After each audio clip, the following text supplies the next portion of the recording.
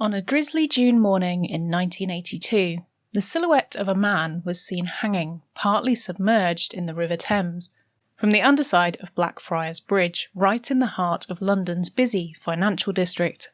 Initially, this tragic occurrence looked like someone had decided to end their own life, but on closer inspection, the body held some strange clues to its demise. Was this man there because he'd decided to kill himself, or had he been murdered?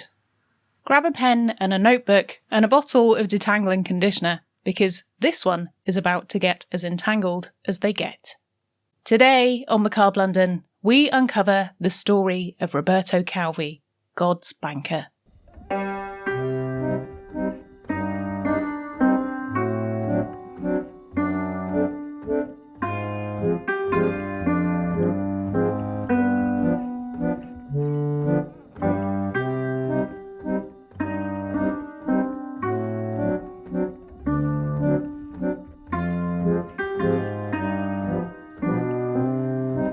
Blackfriars Bridge in the city has stood marrying the two banks of the Thames since the 1760s. The original bridge was a toll bridge, but thanks to some riots which destroyed the toll booths in 1780, the crossing has been free ever since.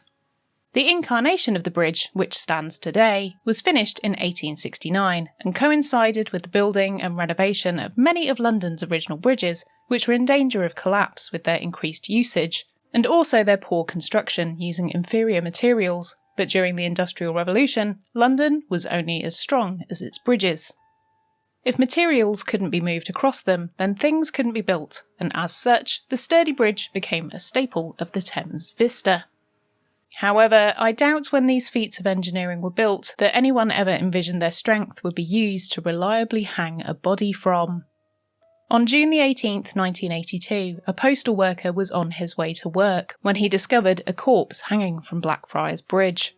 The orange cord that had been used as a noose was in stark contrast to the gloomy grey of the morning, the grey suit that was worn by the deceased, and the cold steel of the scaffolding he was dangling from, partly submerged in the equally grey water of the Thames. The young man who was startled by this horrifying discovery alerted the police, and it wasn't long before they arrived, seemingly expecting to just be dealing with an albeit tragic, but standard suicide. Once the body had been removed from its very public position, the police began the process of identifying the man, and luckily this was very easy. In his pockets, they immediately found identification for him. A passport was in his pocket, which bore the name Gian Roberto Calvi, but that's not all the authorities uncovered. He also had over £10,000 in his pockets in various different currencies, but also, rather strangely, his suit jacket and trouser pockets were filled with smashed up bricks, seemingly used to act as weights to perhaps quicken the inevitable when he jumped from the scaffold under the bridge. Now with a name, the police had the difficult job of working out exactly who this poor man was, and how he'd found his way to London, and furthermore, why he'd decided to take his own life in such an odd fashion. To begin with, they called the Italian embassy and told them what had happened. On hearing the name Calvi, the person on the phone said they thought they knew who it was and came to inspect the body. When they arrived, they identified the body as 62-year-old Roberto Calvi, not Gian Calvi, a made-up name which was on the fake passport he had in his pocket, and said Calvi had gone missing 24 hours earlier from his home in Milan. When the body was inspected by the forensic pathologist, the plot thickened. The strange way in which Calvi had committed suicide was unlike anything he'd ever seen before. His neck hadn't been damaged from the fall he would have had to endure from the scaffold, and his vertebrae were all still intact, something which was impossible given the supposed cause of death. The body was also found partly submerged in the river, but that was very odd as the rope wasn't long enough to have stretched from his supposed jumping off point.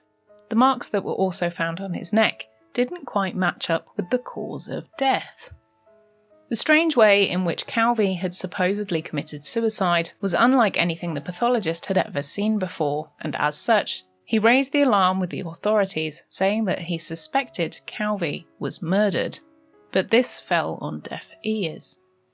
But why would someone go to such extreme lengths to make this death look like a suicide? For that, we have to work backwards to find out exactly who Roberto Calvi was and why someone may have wanted him dead. Born on the 13th of April 1920, Roberto Calvi was always destined to work in the business of finance. Even though his family had come from humble beginnings in the Italian countryside, Roberto was born in the bustling Milan. His father was a bank manager, and despite Roberto himself trying to edge away from this inevitable career with a stint in the military, it wasn't long before he found himself walking through the doors of Banco Ambrosiano, where he would continue to work for the next 35 years. Roberto worked his way up through the ranks at the bank, starting as a humble clerk, progressing all the way through the ranks to chairman by 1975. Ambrosiano in and of itself was a strange organisation that had some very odd rules, which had been set in stone ever since its inception in 1896. The bank started out life as a private moral-led organisation in terms of the Catholic religion, and to reflect the intention behind the organisation, was named after the 4th century Saint Ambrose. The bank operated so strictly to this code of conduct that in order to bank with them, you had to prove your religious validity by providing a certificate of your baptism.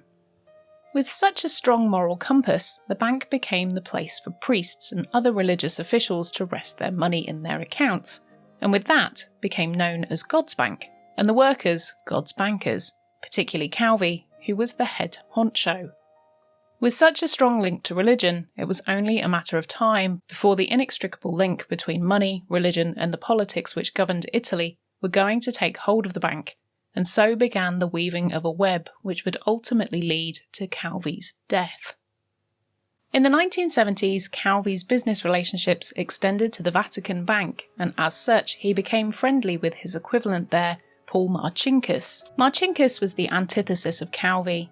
Where Calvi was narrow-shouldered and average height with a thick moustache, and his character was said to be secretive and quietly arrogant, Marcinkus was 6'5", outgoing, constantly smoking cigars, and due to his stature, was often jokingly referred to as the Pope's bodyguard.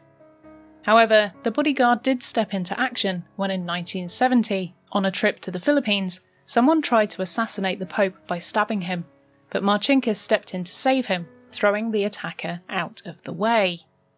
Both Calvi and Marcinkus were very loyal to the Pope. After all, they had to be. Marcinkus was employed by the Vatican, and Calvi, who had the largest private bank, didn't dare step out of line in fear of repercussions. Both of the holy bankers found themselves being at the papal beck and call, and most importantly, his financial direction. Now, for those of you that don't know anything about the Vatican, in very simple terms, is a state within Rome which the Pope lives in.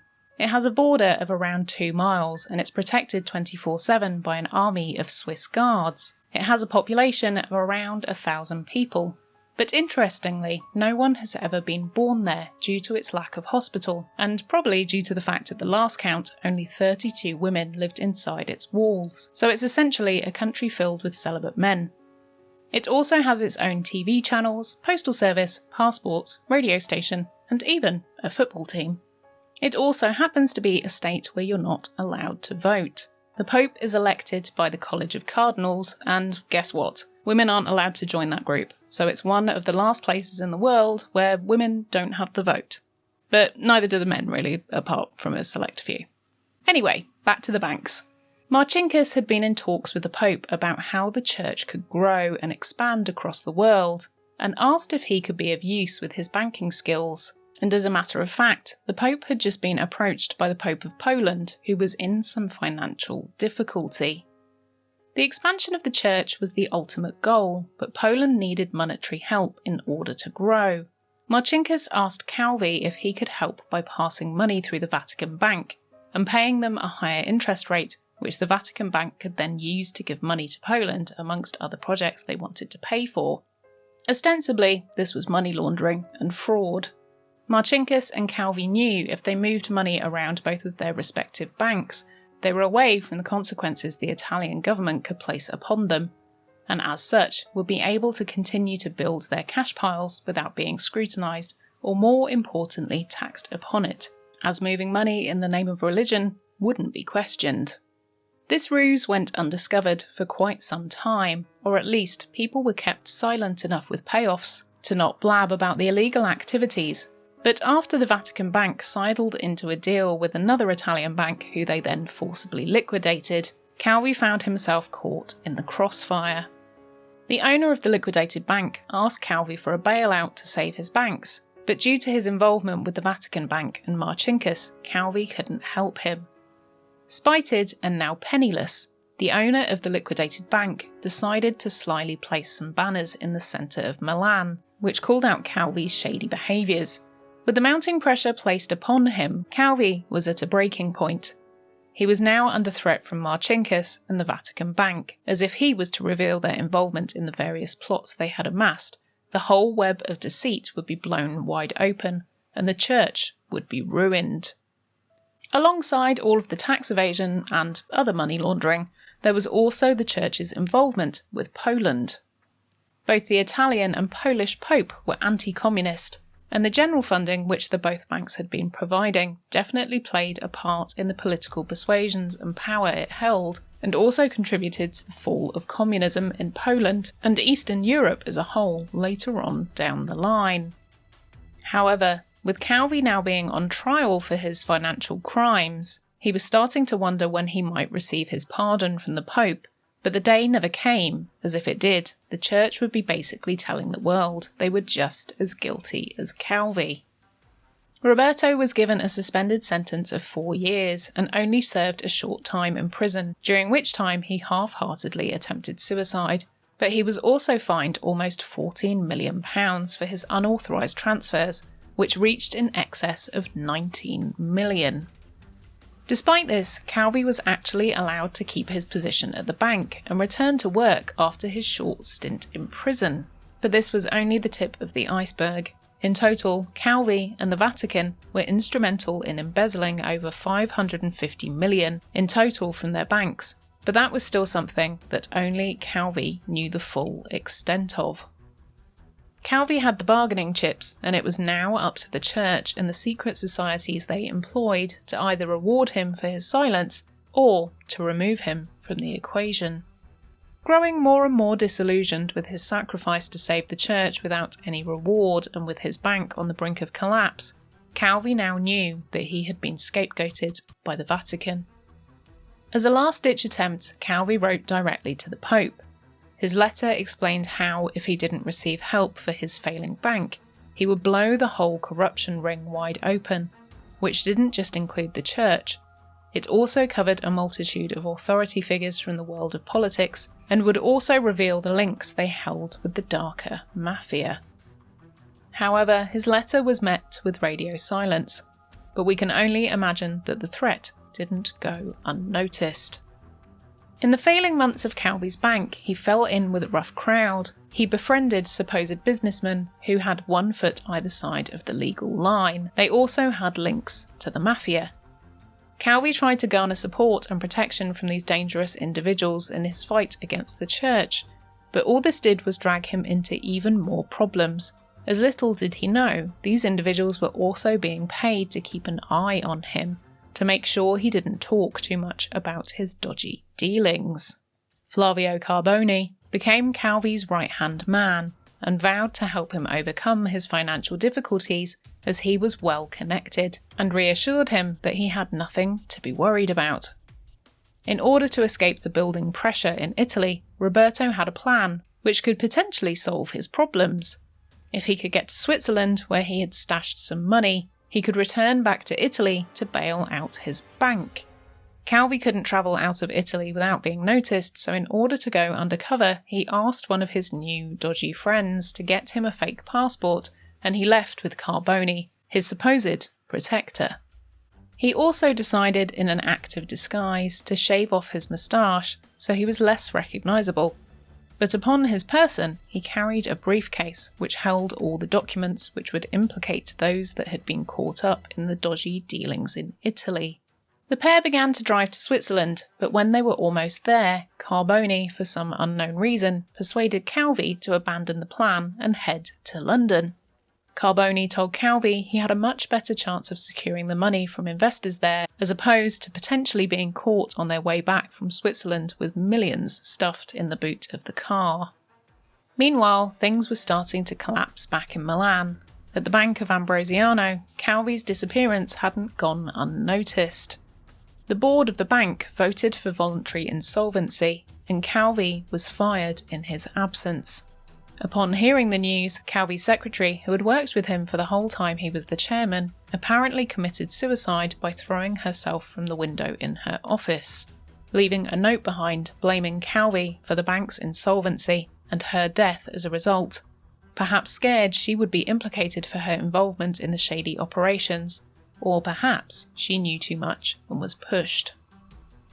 Now in London, Calvi had been left to his own devices by Carboni, who had returned to Italy, but upon his arrival, Roberto was incredibly displeased with the cheap hotel Carboni had booked for him, as he said it was lacking in security. Instead of just fixing things over the phone, Carboni flew over to London to rectify his mistake. A person staying at the hotel reported seeing Calvi leaving the hotel with 2 younger Italian men, and that was the last time he was seen alive. When Calvi's body was discovered by the police, they had no option but to rule it as a suicide. However, all the evidence pointed to the contrary.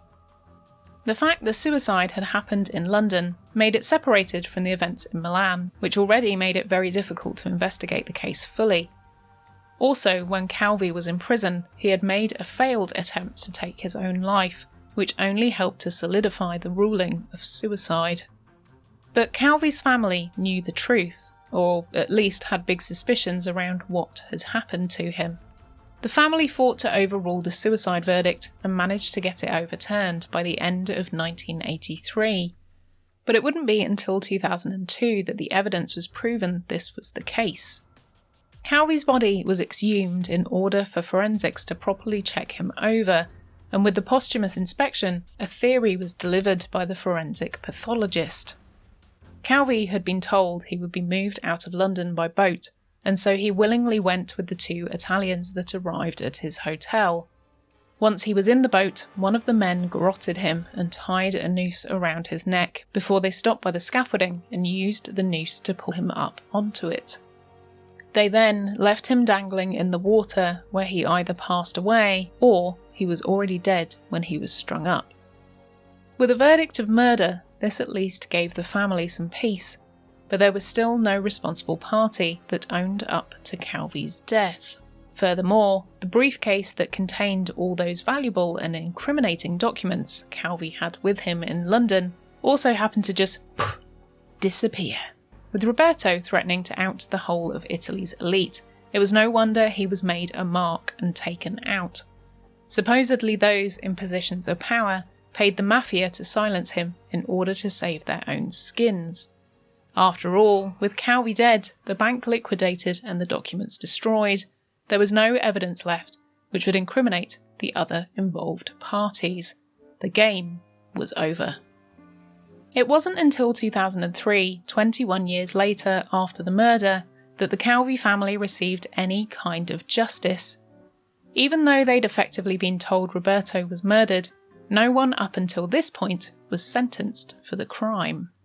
Perhaps not so shockingly, Carboni was the prime suspect, along with 5 others which were said to have either carried out the plot or been instrumental in its execution. However, with the insufficient evidence available after such a long period of time, all of the supposed perpetrators were acquitted, and when the case was reopened again in 2010, the same ruling was passed. Even as recently as 2016, the trial was still ongoing, but as the case was so cold, the evidence still insufficient, and the silence of those who were involved, and overarchingly the Vatican, led to the case being unsolved. Calvi's case, which began as a grab for power, ultimately left him scapegoated by those he thought he would soon be ingratiated with. He was used to help make others richer, and when the time came when he threatened to expose their underhanded behaviour, he was murdered to stop a tidal wave of corruption being leaked, which would ultimately change the world.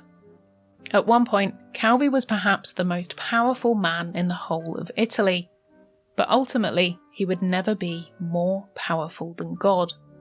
After all, when it comes to a game of life or death, the house always wins.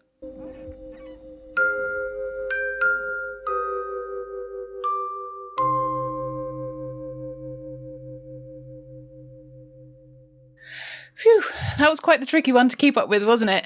I must admit, at points when researching this one, I definitely felt like I needed a pin board and some red thread to keep track of what was going on, so I hope that you managed to keep up. As always, please let me know your thoughts about this case in the comments below on YouTube or on my social media if you're listening to the podcast.